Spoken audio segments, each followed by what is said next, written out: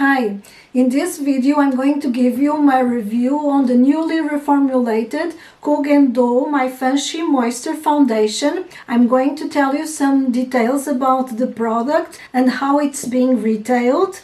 I'm going to apply it on me, show you how it works throughout the day, and finally I will tell you my opinion about it. So if you are interested in this content, just keep on watching.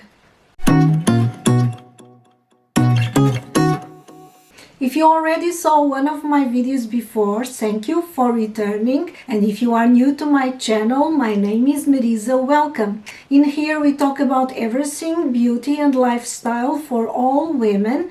But of course, I have a special interest in the over 50 issues. So if you think that this content might interest you, please consider subscribing and following me on Instagram.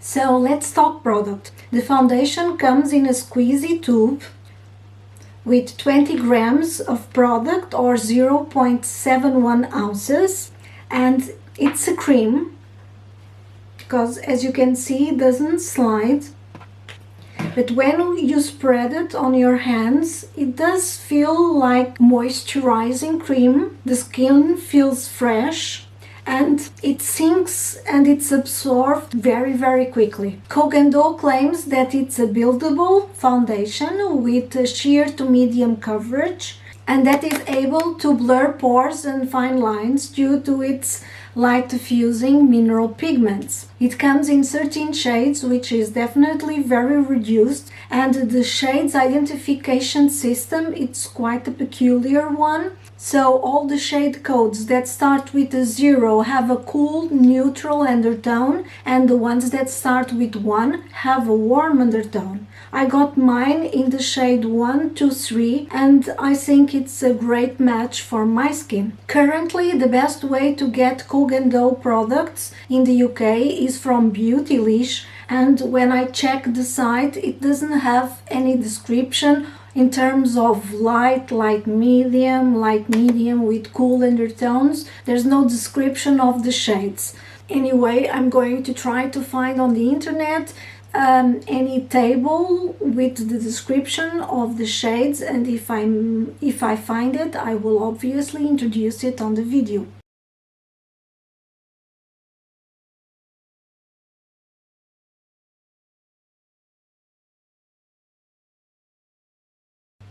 In terms of ingredients, the inky list is quite short, which is always a pleasure to see, and does not include any product that may represent a safety concern according with the research I did. It does not include any drying alcohols, synthetic fragrances or essential oils, and the only issue that I detected, which for me it's not a problem, is that it has oleal alcohol, which is a masking substance. That is, it is a product that is used to provide a non-discerning scent, which, as the name says, masks the scents of all the other products that are in the foundation. Personally, I don't have a problem with this because in the unlikely situation of irritation with the moisture foundation, we would know that the oleal alcohol would be most probably the irritant in question, being easy to identify by being only one. The inky list includes as well 7 ingredients which are beneficial to our skin, namely glycerin, jojoba seed oil, squalane, shea butter, hydrolyzed yeast extract, aloe vera, and tocopherol, which is vitamin E. In the Beautylish site it states that the finish is a natural one, and when I apply it here on my hand, it's definitely a skin-like finish. But on the application, as you will see, I apply the foundation on top of my serum and the Flawless Gossamer tint, and this sunscreen is extremely hydrating. So the foundation has a much more radiant finish, as you will see in the application that I'm going to show you now. I have already applied my skincare, and on top of it I place the Dr.Sam's Flawless Gossamer tint, which is going to work as a primer as well. And I'm going to apply the foundation on my right side with the Wayne Goss foundation brush and on my left with my hands. I think the texture of the foundation is too thick and creamy in order to work well with a sponge.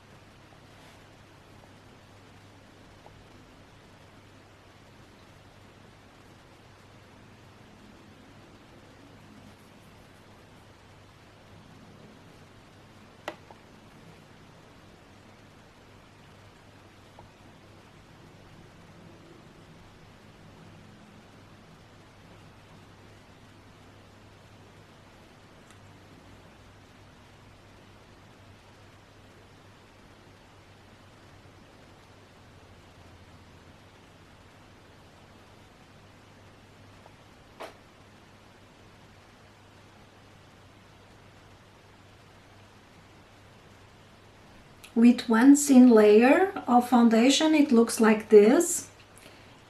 It spreads very quickly and it doesn't leave any brush strokes, and this would be like a light coverage.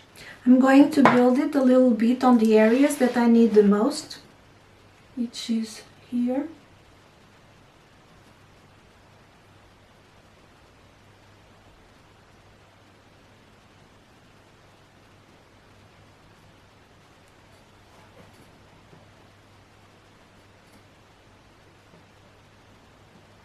With the second application of the foundation, I got like a light medium coverage. So I think it's a buildable foundation, but it doesn't go above the medium coverage. So on my left side, I'm going to apply with my hands.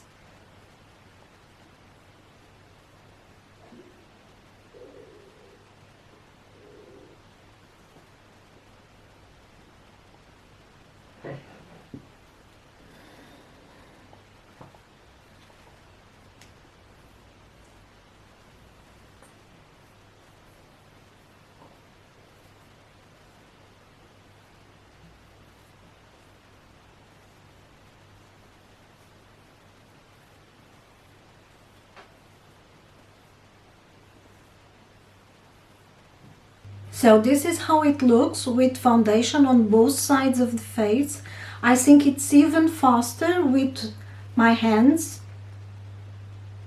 and the foundation sinks quicker into the skin.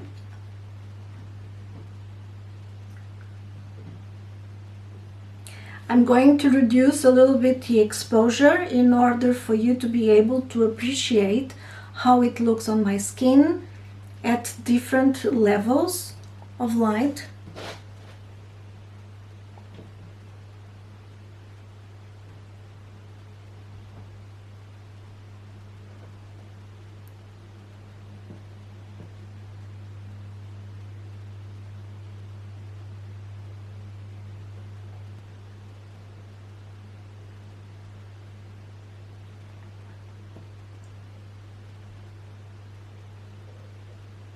So I'm sure you can see that it definitely provides a radiant look to the skin.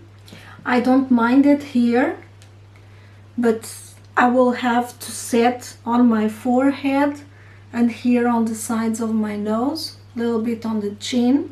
And I'm going to use my IT Cosmetics powder. This is the Bye Bye Pores, which is the most blotting one that I have. Just a little bit here on the forehead.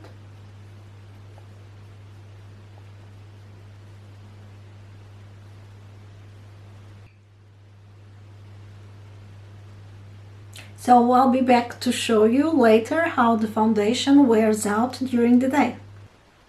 I wanted to show you how the foundation looks like in natural light outside, but unfortunately it's raining, so it will have to be here. And what I have to report at the moment is that despite having placed that light layer of powder when I applied it on my T-zone, around the 3-hour mark I had to powder again, this time with a heavier layer using a puff. on my forehead and here on the side. The forehead is decent, but definitely here on this area and on the chin, and I hope you can see my oils are starting to come through. I don't want the foundation to look cakey, so I'm not going to add in any more powder, and I'm just going to blot this area and see how it fares until at least the 8-hour mark. I'll be back by then. 8 hours and a half have passed since I applied the foundation in the morning, and this is how I'm looking. I have to say that it's not bad. I'm quite surprised. I did blot at the 5-hour mark, but after that the oiliness didn't increase significantly. The foundation has not set on the pores or on the lines, and it has only faded a little bit here on this area where I had to blot it more often, here as well around the mouth, but that is normal, unfortunately. And even so, it does not look bad, it just looks a little bit more red because it doesn't have so much coverage on those areas. During the day, my face felt like I had applied a moisturizer which didn't completely sink in into the skin. That's exactly how I felt. The foundation does set, but not completely. It's not that you feel a foundation on your skin, you feel a moisturizer on your skin. So what are my thoughts on this foundation? Well, I have to say that I'm very well impressed, and this has been definitely one of the best discoveries for this year. I like the composition, I like the ingredients in it, namely the squalane, the jojoba oil and the yeast extract, not to mention, of course, the glycerin. I love that it doesn't have synthetic fragrance or denatured alcohol. Obviously, that is one of my main requirements for foundations. I think that normal skins and dry skins will love this foundation. Combination ones will have to be powder like I did today. I don't think this foundation is very appropriate for oily ones though. I'm going to do a test tomorrow. I'm not going to use the same sunscreen. I'm going to use another mineral one, less hydrating.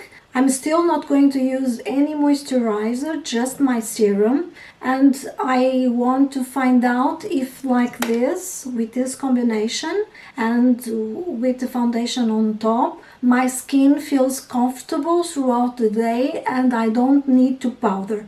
At the most, just blot a little bit, just because I really don't appreciate much wearing setting powders. I prefer to apply only the foundation. I will place a comment at the end of the day. I will pin it just below the description of the video, telling you what was the result and if I could get away during the day with only blotting now and again. For me personally, this foundation reminds me a little bit of the Surat Dew Drop in terms of coverage and the finish on the skin, but taking in consideration that this one is creamy and the level of moisturization that provides, and the Surat Dew Drop is a very liquidy one, this definitely for me is a foundation that is best suited for the colder months of autumn and winter. This for me would be a little bit too much for summer, and the Dew Drop would be an easier one to wear. So I have to say that this foundation has now entered my top 5 list of foundations.